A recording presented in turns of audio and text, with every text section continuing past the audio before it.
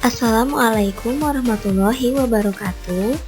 Dalam video ini, kami dari kelompok 6 akan menjelaskan mengenai contoh aplikasi penerapan e-government.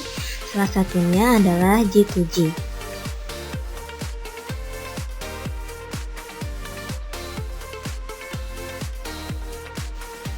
Kelompok ini terdiri dari Aditya Abdul Aziz, Andianti Anafi, Andini Oktavia, Cipta Insa Setanggi, dan Cynthia Putih Andriani.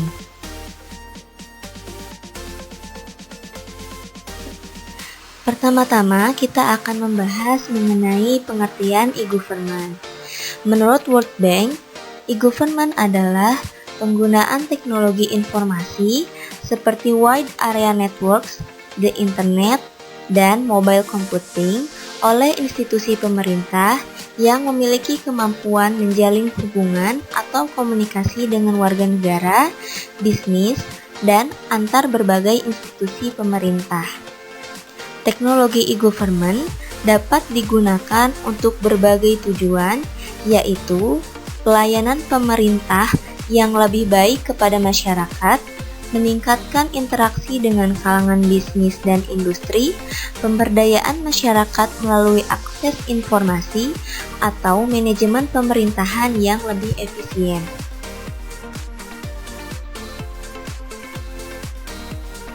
Fungsi e-government. Fungsi dari e-government adalah untuk meningkatkan mutu layanan publik dengan melalui pemanfaatan teknologi informasi dan juga komunikasi dalam proses penyelenggaraan pemerintah daerah supaya dapat terbentuk kepemerintahan yang bersih, transparan, dan juga supaya dapat menjawab tuntutan perubahan secara efektif.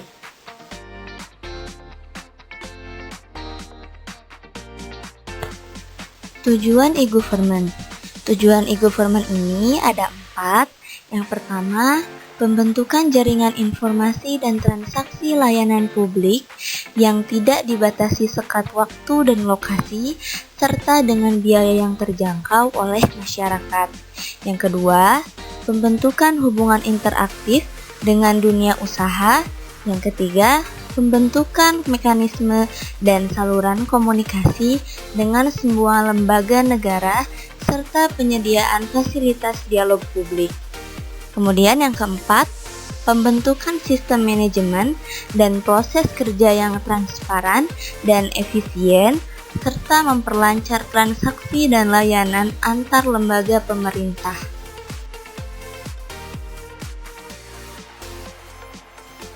Manfaat e-government. Manfaat e-government ini ada 3. Yang pertama, guna memperbaiki kualitas layanan dari pemerintah kepada para stakeholder, terutama yaitu dalam hal-hal kinerja efektivitas serta efisiensi di berbagai bidang kehidupan bernegara. Yang kedua, untuk meningkatkan transparansi kontrol serta akuntabilitas penyelenggaraan pemerintahan, yaitu dalam rangka penerapan konsep good corporate governance. Yang ketiga, guna mengurangi secara signifikan total biaya administrasi, relasi, dan juga interaksi yang dikeluarkan oleh pemerintah untuk kepentingan aktivitas sehari-hari.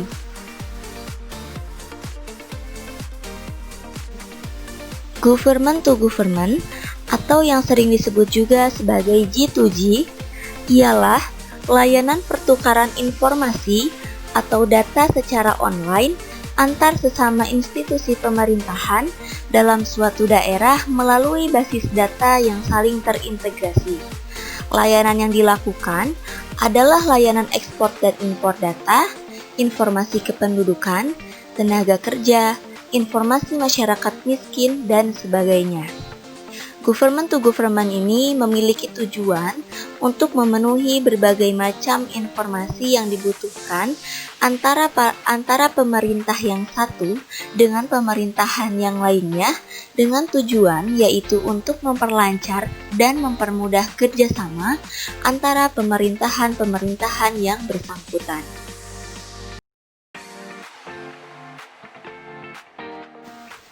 Penerapan government to government. Yang pertama, hubungan administrasi antara kantor-kantor pemerintah setempat dengan sejumlah kedutaan-kedutaan besar atau konsulat jenderal untuk membantu penyediaan data dan informasi akurat yang dibutuhkan oleh para warga negara asing yang sedang berada di tanah air. Yang kedua, aplikasi yang menghubungkan kantor-kantor pemerintah setempat dengan bank-bank asing milik pemerintah di negara lain di mana pemerintah setempat menabung dan menanamkan uangnya.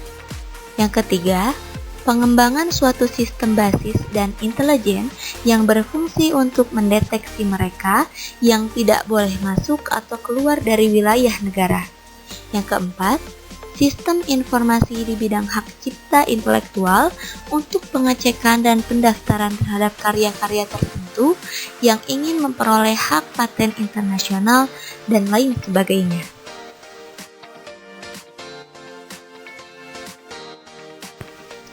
Faktor penentu keberhasilan. Luis Antonio Joya pada tahun 2005 melakukan penelitian G2G e-government dengan studi kasus institusi keuangan di Brazil.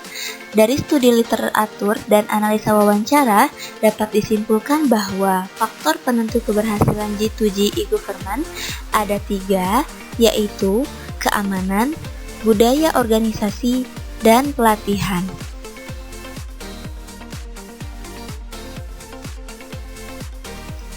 Kemudian yang selanjutnya adalah contoh aplikasi G2G. Yang pertama ada aplikasi SIMDA atau Sistem Informasi Manajemen Daerah. Untuk meningkatkan akuntabilitas keuangan dan kinerja pemerintah daerah, sejak tahun 2003, Deputi Pengawasan Bidang Penyelenggaraan Keuangan Daerah mengembangkan Sistem Informasi Manajemen Daerah atau SIMDA. Kemudian implementasi dari aplikasi SIMDA ini, Darmasto mengungkapkan bahwa hasil audit BPK tahun 2015 terhadap 542 Pemda sebanyak 311 Pemda atau 57% telah memperoleh predikat tertinggi yaitu WTP. Dan yang patut kita banggakan bersama, dari jumlah 311 Pemda yang telah meraih predikat WTP, sebanyak 253 Pemda atau 81% telah menggunakan aplikasi SIMDA. Dan dari 196 Pemda yang telah meraih predikat WDP, sebanyak 168 Pemda atau 86% telah menggunakan aplikasi SIMDA.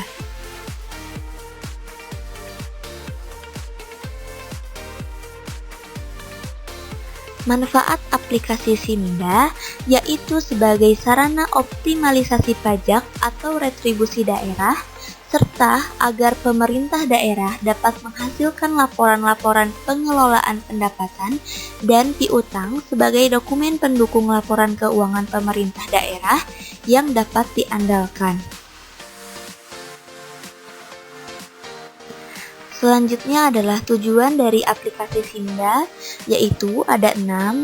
Yang pertama, membantu pemerintah daerah untuk membangun dan menggunakan sistem informasi keuangan dan kinerja untuk tata kelola yang baik, termasuk pengendalian transaksi dan informasi yang memadai. Yang kedua, aplikasi SIMDA dikembangkan bersifat generik atau berbagai pakar atau dapat digunakan seluruh Pemda, sehingga Pemda tidak perlu mengembangkan aplikasi serupa dengan sumber daya yang relatif tinggi. Yang ketiga, menyediakan database. Yang keempat, menghasilkan informasi yang komprehensif, tepat, dan akurat kepada manajemen pemerintah daerah. Yang kelima, mempersiapkan aparat daerah untuk mencapai tingkat penguasaan dan pendayagunaan teknologi informasi yang lebih baik. Yang keenam, memperkuat basis pemerintah daerah dalam melaksanakan otonomi daerah.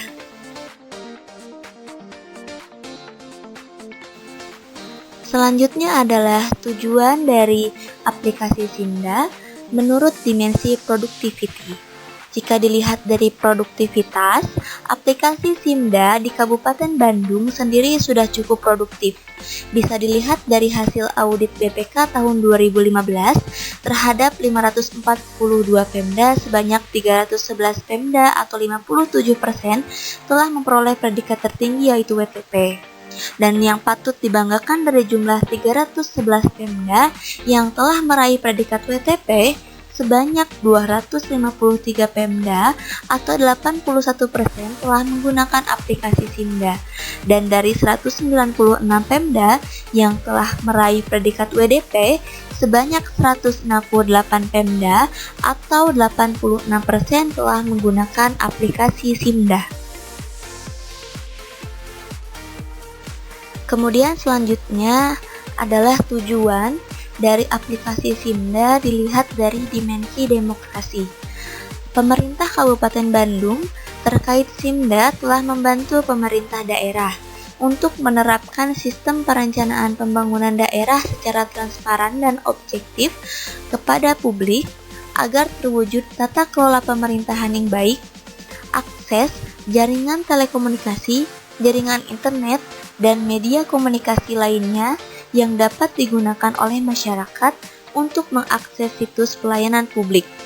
Kemudian dari dimensi reflexivity, tentu dengan adanya Simda, perencanaan merupakan bagian dari upaya BPKP untuk melakukan pengawalan peningkatan kualitas akuntabilitas pengelolaan keuangan daerah dengan fokus pada peningkatan governance system melalui pengembangan program aplikasi Simda berbasis teknologi informasi.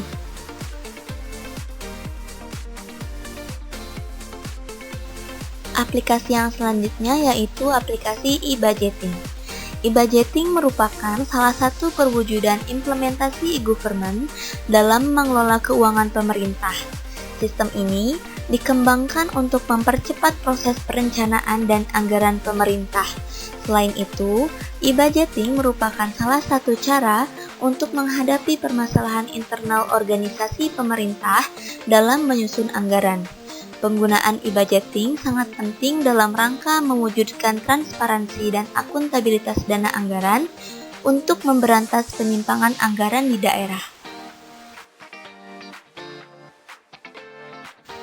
Implementasi dari aplikasi e-budgeting pada pemerintah Provinsi DKI Jakarta layak untuk dilanjutkan karena terbukti berjalan secara efektif bila dilihat dari perspektif model CIPP. Ditinjau dari konteks yang berfokus pada keberhasilan dari pencapaian tujuan awal, telah tercipta transparansi dan akuntabilitas anggaran pada pemerintah Provinsi DKI Jakarta. Pada komponen yang kedua, yaitu masukan atau input, mengungkapkan bahwa penggunaan infrastruktur teknologi informasi berupa sarana dan prasarana yang ada sudah baik dan memadai, tetapi masih memiliki kelemahan terhadap server yang digunakan.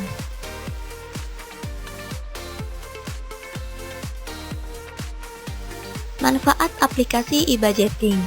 Sistem ini memiliki manfaat sebagai berikut. Yang pertama, proses yang transparan. Yang kedua, proses penyesuaian singkat dan tepat waktu. Yang ketiga, anggaran sesuai dengan kebutuhan dalam kegiatan.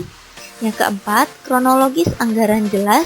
Dan yang kelima, report sesuai permintaan ketua tim anggaran dapat terpenuhi. Tujuan dari aplikasi e-budgeting yang pertama, membuat data yang lebih akurat. Yang kedua, membuat penyusunan jadi lebih mudah.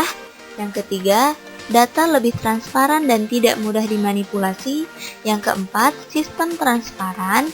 Yang kelima, penyusunan RKA lebih mudah. Yang keenam, lebih mudah membuat laporan. Dan yang ketujuh adalah terintegrasi.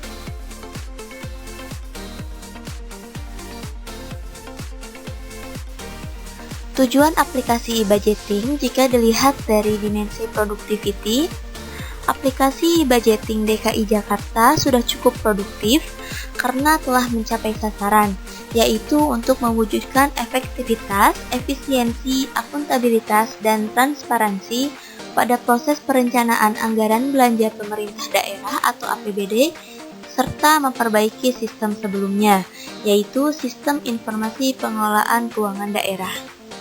Kemudian jika dilihat dari dimensi demokrasi, implementasi e-budgeting pada pemerintah Provinsi DKI Jakarta, sistem ini membantu pada proses penyusunan RKA yang dinilai dan komponen di dalamnya dapat dipertanggungjawabkan.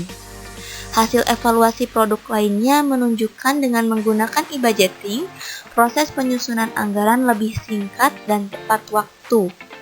Meningkatkan kinerja aparatur pemerintah dalam hal penyiapan anggaran belanja daerah, meningkatkan transparansi, akuntabilitas, efektivitas, dan efisiensi anggaran.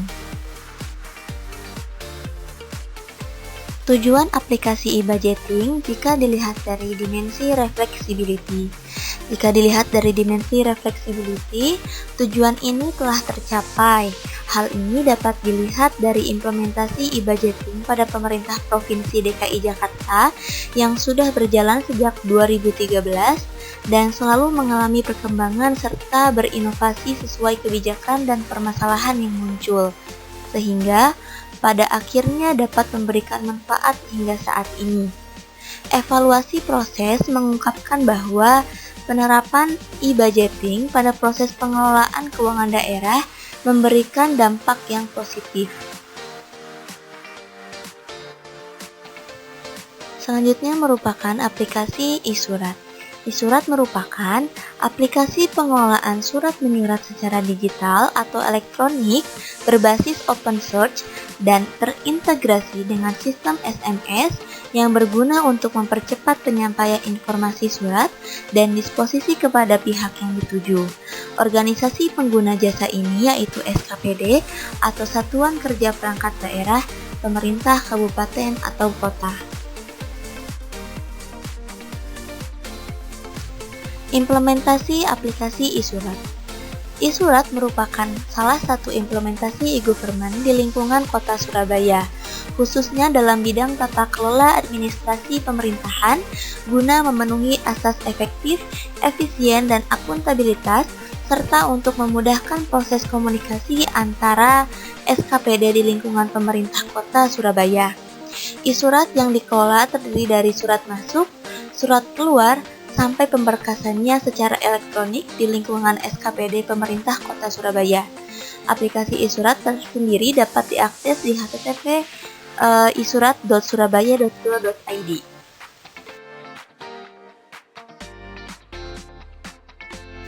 Manfaat e-surat. Manfaat e-surat ini ada 5. Yang pertama, menyampaikan informasi dengan menggunakan media internet dan SMS. Yang kedua, mengelola surat masuk, surat keluar, hingga pemberkasan terhadap surat-surat. Yang ketiga, dapat menghemat biaya kertas atau paperless dan biaya pengiriman surat yang biasanya melalui kurir. Yang keempat, efisiensi kerja. Dengan menggunakan aplikasi e-surat ini, proses penerimaan surat, proses disposisi dapat diketahui dengan lebih cepat. Yang kelima, arsip dokumen tersimpan secara digital, hingga memudahkan proses pencarian dan telah terintegrasi dengan badan arsip. Tujuan dari e-surat ada 7. Yang pertama, akuntabel. Yang kedua, efisiensi kerja. Yang ketiga, keamanan data. Keempat, adil dan tidak diskriminatif. Yang kelima, transparan. Yang keenam, arsip dokumen tersimpan secara digital. Dan yang ketujuh, aplikasi e-surat ini dibuat dengan maksud untuk mempermudah proses surat menyurat. Tujuan aplikasi e-surat jika dilihat dari dimensi productivity. Aplikasi e-surat jauh lebih membantu dalam perihal surat menyurat yang tadinya harus langsung dan di print out, saat ini bisa sangat mudah diakses dan tentunya dapat menghemat biaya kertas dan biaya pengiriman surat melalui kurir. Kemudian jika dilihat dari dimensi demokrasi, implementasi e-surat pada pemerintah Kota Surabaya, sistem ini tentunya memudahkan proses surat menyurat antar SKPD dan proses pengarsipan digital yang memudahkan proses pencarian atau searching, arsip dokumen yang telah tersimpan secara digital. Tentunya telah terintegrasi dengan Badan Arsip Surabaya.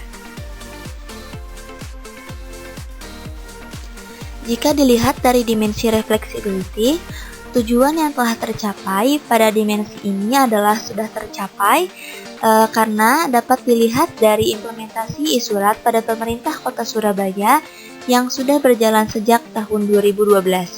Pelaksanaan tersebut berjalan secara bertahap, yakni dengan dimulai dengan bersosialisasi serta pengadaan pelatihan di beberapa SKPD. Selanjutnya adalah aplikasi Mantra.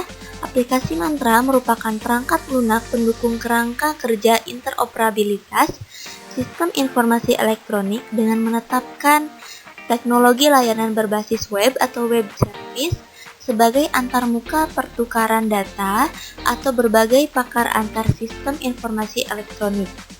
Sejak tahun 2011, Kemkominfo telah mengembangkan Mantra yang berfungsi sebagai manajemen dan kanal pertukaran data antar instansi pemerintah, atau dikenal dengan Government Service Bus. Mantra menerapkan prinsip arsitektur berbasis sumber daya atau Research Oriented Architecture yang memanfaatkan teknologi Web API atau Web Application Programming Interface atau untuk memfasilitasi pertukaran data. Kemudian implementasi dari aplikasi Mantra di Indonesia telah berlangsung cukup baik karena beberapa instansi pemerintah juga menggunakan aplikasi ini untuk bertukar data maupun informasi. Berikut ini adalah beberapa instansi pemerintah yang memanfaatkan. Yang pertama, Ditjen Dukcapil, Kementerian Dalam Negeri, yang kedua BNP 2 TKI.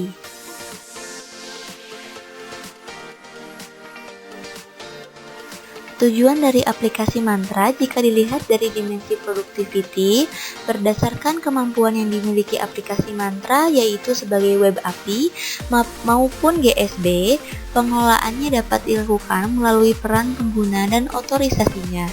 Selain kemampuan tersebut, aplikasi Mantra dapat dikembangkan sesuai kebutuhan pemanfaatannya. Hal ini dikarenakan aplikasi Mantra dikembangkan dengan aplikasi berbasis open source software melalui dukungan perangkat lunak seperti Apas Web Service, JavaScript, dan lain-lain. Kemudian, jika dilihat dari dimensi demokrasi, implementasi aplikasi Mantra oleh pemerintah Kabupaten Garut berfungsi sebagai manajemen dan kanal pertukaran data antar sistem informasi instansi pemerintah atau dikenal dengan Government Service Bus. Aplikasi ini digunakan bagi para operator atau programmer dari setiap SKPD atau satuan kerja perangkat daerah. Operator atau programmer sangat perlu mengetahui aplikasi tersebut sebagai bahan persiapan integrasi beberapa aplikasi di lingkup pemerintahan Kabupaten Garut sesuai hasil supervisi pencegahan korupsi dari Komisi Pemberantasan Korupsi yang akan diaplikasikan tahun depan.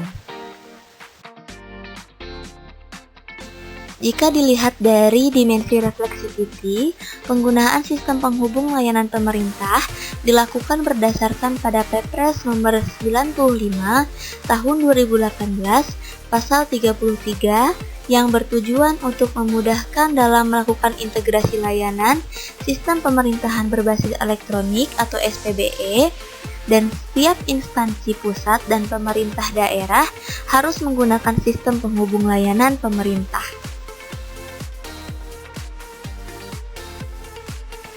Sekian yang dapat kelompok kami sampaikan. Wassalamualaikum warahmatullahi wabarakatuh.